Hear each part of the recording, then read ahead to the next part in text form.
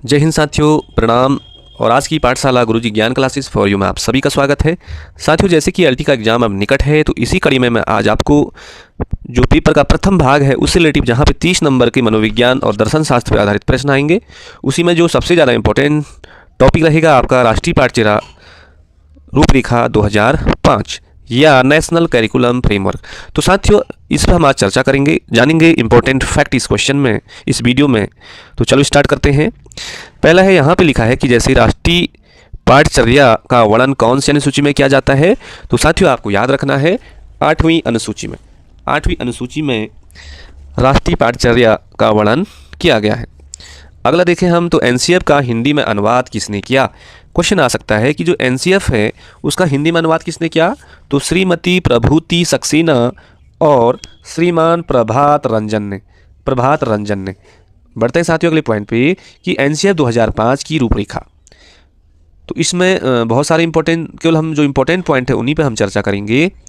यहाँ पे लिखा है कि जो पाठचर्या वह दौड़ का मैदान है जिस पर बालक उद्देश्यों को पाने के लिए दौड़ता है। ये एनसीएफ 2005 में आया है ये पॉइंट।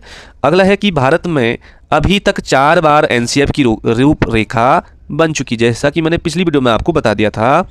यहाँ पे लिखा है साथियों कि प्रथम जो रूपरेखा आई एनसीएफ 1975 में आई, सेकंड वाली 1988 में आई, थर्ड वाली सन 2000 में, और लास्ट जो अभी चौथी रूपरेखा आई एनसीएफ की 2005 में आई। और हम जानेंगे इसमें जो इम्पोर्टेंट है कि 1993 में यशपाल समिति ने बिना बूझ की शिक्षा की अनुशंसा की। तो 1993 में यशपाल समिति ने क्या कहा कि बिना बूझ की शिक्षा होनी चाहिए। बढ़ते हैं साथियों अगले पॉइंट पे। इस प्रकार एनसीएफ 2005 चौथे नंबर की राष्ट्रीय पाठचर्या की रूपरेखा है। अगला देखें हम यहाँ पे, तो एनसीएफ 2005 प्रोफेसर यशपाल शर्मा की अध्यक्षता में तैयार किया गया। बढ़ते अगले पॉइंट पे कि एनसीएफ 2005 में, जो एनसीएफ था 2005 में, उसमें सचिव कौन थे। तो श्वेता उत्पल उसकी सचिव रही। साथियों, साथ ही एनसीएफ 2005 की भाषागत अशुद्धियों को दूर करने का कार्य किसने किया। नामवर सिंह ने किया। नामवर सिंह, इसको याद रखना है आपने। अगला पॉइंट पे चलते हैं कि एनसीएफ 2005 का निर्माण रविंद्रनाथ टैगोर के निबंध सभ्यता एवं प्रगति, कहीं क्वेश्चन आ सकता है साथियों कि सभ्यता एवं प्रगति के जो लेखक हैं वो कौन हैं। रविंद्रनाथ टैगोर जी हैं। और सभ्यता एवं प्रगति के अनुसार ही एनसीएफ 2005 का निर्माण किया गया। रविंद्रनाथ टैगोर का है सभ्यता एवं प्रगति निबंध। अगला पॉइंट पे चले हम, तो एनसीएफ 2005 का निर्माण करने हेतु प्रोफेसर यशपाल के नेतृत्व में एक संचालन समिति का गठन किया गया। और संचालन जो समिति थी वो किस प्रकार की थी, उसमें टोटल 35 मेंबर्स रखे गए और एनसीईआरटी के भी उसमें 3 मेंबर्स रखे गए। कुल मिलाकर के इस प्रकार जो एनसीएफ 2005 बनी साथियों, उसमें कुल 38 सदस्य थे। तो ये भी आपको बाय हार्ट याद रखना है। बढ़ते अगले पॉइंट पे, अगला है एनसीएफ 2005 की रूपरेखा हेतु मैंने बताया था 21 फोकस समूह का गठन किया गया था। 21 फोकस समूह का गठन भी किया गया था। अब थोड़ी और देखें हम, तो एनसीएफ 2005 का निर्माण मानव संसाधन विकास मंत्रालय या ह्यूमन रिसोर्स डेवलपमेंट मिनिस्ट्री की पहल पर तथा प्रोफेसर यशपाल की अध्यक्षता में किया गया। तो एनसीएफ का निर्माण 2005 में मानव संसाधन विकास मंत्रालय की पहल पे किया गया और अध्यक्ष थे उसमें प्रोफेसर यशपाल। अगला है साथियों, एनसीएफ 2005 के निर्माण की स्वीकृति कैब को मिली। कैब का फुल फॉर्म है Central Advisory Board of Education, CABE full form आ सकता है। अगला है साथियों कि एनसीएफ 2005 के निर्माण की स्वीकृति द्वारा किया गया। बढ़ते अगले पॉइंट पे, अगला है कि एनसीएफ 2005 की समय समय पर समीक्षा किसके द्वारा की गई। तो एनसीईआरटी के द्वारा की जाती है। यहाँ पे देखें हम, तो एनसीएफ 2005 का आधार क्या था। तो NP नेशनल जो एजुकेशन पॉलिसी थी साथियों 1986 की, उस और 92 की, उसको ध्यान में रख करके एनसीएफ 2005 का निर्माण किया गया। बढ़ते हैं अगले पॉइंट पे। एनसीएफ 2005 में बताया गया कि प्राथमिक स्तर पर शिक्षा मातृभाषा में दी जानी चाहिए। ये भी एनसीएफ 2005 में बताया गया है। अगला है यहाँ पे कि एएनसीएफ 2005 शिक्षण के लिए त्रिभाषा सूत्र पर जोर देता है। जो एएनसीएफ 2005 है यह शिक्षण के लिए त्रिभाषा सूत्र पर जोर देता है। अगला चलते हैं साथियों यहाँ पे कि एनसीएफ 2005 का निर्माण 22 भाषाओं में किया गया तथा 17 राज्यों द्वारा इसे स्वीकार भी किया गया है। तो टोटल 22 भाषाओं में किया गया एनसीएफ 2005 का निर्माण और यह तुरंत ही 17 राज्यों ने इसे स्वीकार भी किया। अगला है साथियों कि एनसीएफ 2005 में करके सीखने के नियम पर बल दिया गया। तो करके सीखने के नियम पर भी यह जोर देता है एनसीएफ 2005। अगला है पॉइंट कि एनसीएफ 2005 में 2 सूत्रों पर जोर दिया गया। 2 सूत्र कौन से थे? पहला था साथियों ये शिक्षण सूत्र हैं, ज्ञात से अज्ञात की ओर। जो हमें थोड़ी बहुत पता है वहाँ से हमें जाना है, जो हमें कुछ भी पता नहीं है तो ज्ञात से अज्ञात की ओर। सेकंड है मूर्त से अमूर्त की ओर। ये एनसीएफ 2005 के 2 सूत्र हैं।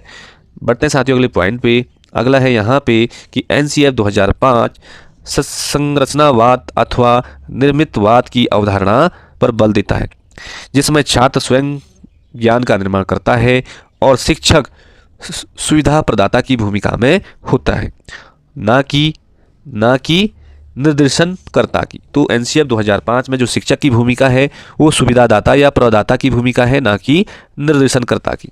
अगला है साथियों कि एनसीएफ 2005 एक सामाजिक सरल एवं सक्रिय प्रक्रिया है जिसके तहत सपनों के भारत को धरातल पर उतारा जाएगा। तो इस तरह की इसके अपने टारगेट हैं। अगला है कि एनसीएफ 2005 का मुख्य सूत्र क्या है? तो शिक्षा बिना बोझ की। शिक्षा कैसी होनी चाहिए? लर्निंग विदाउट बर्डन टाइप की होनी चाहिए। और यह 1993 जो प्रोफेसर यशपाल समिति थी उससे लिया गया है ये। अगला है साथियों पाठचर्या की प्रमुख विशेषताएं। तो एनसीएफ 2005 स्कूली शिक्षा के प्रत्येक स्तर पर चर्चा की गई। इसमें पूर्व प्राथमिक, प्राथमिक, उच्च प्राथमिक, माध्यमिक एवं उच्च माध्यमिक विद्यालय शामिल हैं। साथ ही साथियों इसमें 21 केंद्र समूह बनाए गए हैं। और एनसीएफ का मूल आधार क्या है? भारतीय संविधान है। धर्म निरपेक्ष, समतावादी, बहुलतावादी समाज को सामाजिक न्याय, इस तरह के इसके पॉइंट हैं। अगला है एवं समानता के प्रमुख मूल्यों पर आधारित है। ज्ञान और सूचना में अंतर न, शिक्षण रटने के स्थान पर बोध के लिए, बालक को संसार के ज्ञान के लिए क्रिया का एक प्रमुख साधन के तौर पर देखा गया। और साथियों और भी है यहाँ पे कि छात्रों को स्वाध्ययन का अवसर मिले, प्रकृति, संसार और सामाजिक वातावरण की खोज कर सके, छात्र स्वयं का ज्ञान का निर्माण कर सके। काफ़ी सारे इसमें अच्छे पॉइंट हैं। और ज़्यादा यहाँ पे लिखा है कि जो ग्रेडिंग पर बल दिया जाए, विद्यालय प्रणाली और अन्य नागरिक समूह में भागीदारी निभाई जाए, विवेचनात्मक शिक्षा पर बल दिया जाए। साथियों तो एनसीएफ 2005 की रूपरेखा के कुछ लक्ष्य हैं। क्या हैं? कि अभिभावकों की आकांक्षाओं की पूर्ति करना, शिक्षण संसाधनों में समन्वय स्थापित करना, स्तरानुकूल शिक्षण विधियों का प्रयोग करना, अध्यापकों में आत्मविश्वास का विकास करना। ये एनसीएफ की रूपरेखा है।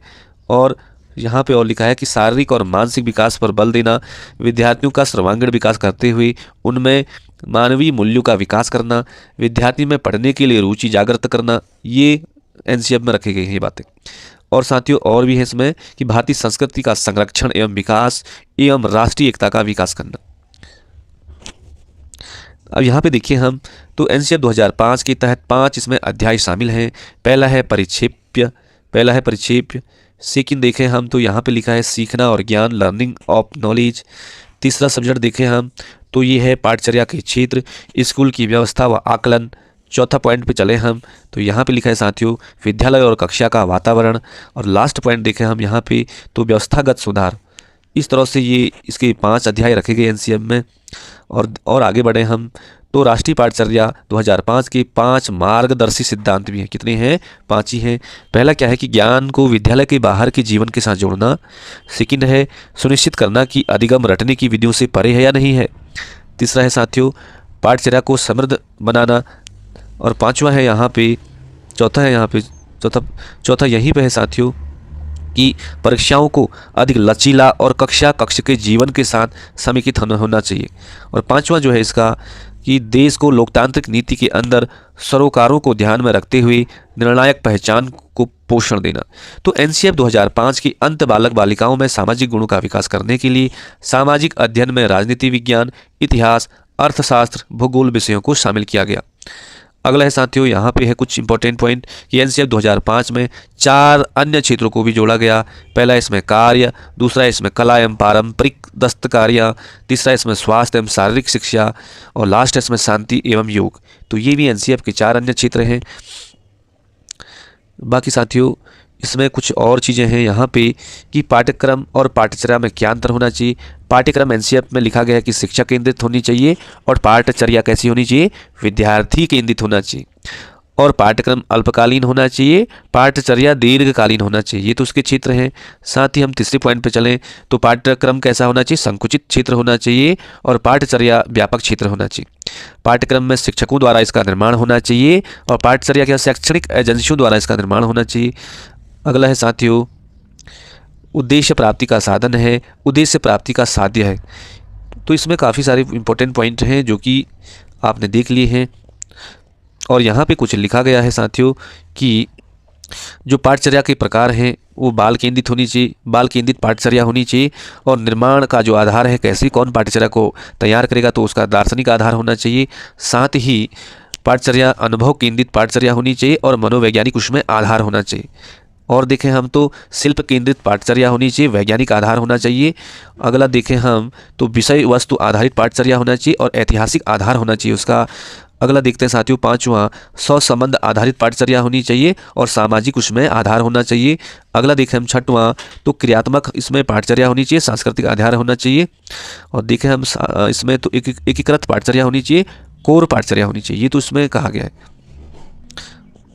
अगला साथियों विषय आधारित सुझाव है यहाँ पे पाठ्यक्रम को लेकर के कि गणित बालकों में गणना करने की क्षमता का विकास करने वाला हो, चिंतन पर जोर देने वाला हो, समस्या को सूत्रबद्ध करने वाला पाठ्यक्रम होना चाहिए। गणित के बारे में कहा गया है। साथ ही साथियों विज्ञान के बारे में कहा गया है कि खोज करने की प्रवृत्ति का विकास करता हो, अज्ञान व अंधविश्वास को दूर करने वाला पाठ्यक्रम हो। और सामाजिक विज्ञान के बारे में यहाँ पे लिखा गया है कि बालकों में प्रजातांत्रिक मूल्यों का विकास, सामाजिक मूल्यों का विकास, अच्छे विचारों को बढ़ावा देने वाला पाठ्यक्रम होना चाहिए। और यहाँ पे थोड़ी और हम अन्य जानकारियाँ देख लेते हैं कि एनसीईआरटी 2005 के अनुसार विद्यालय के कैलेंडर तथा समय विभाग चक्र को लचीला बनाया जाए, ये यहाँ पे जोर दिया गया है।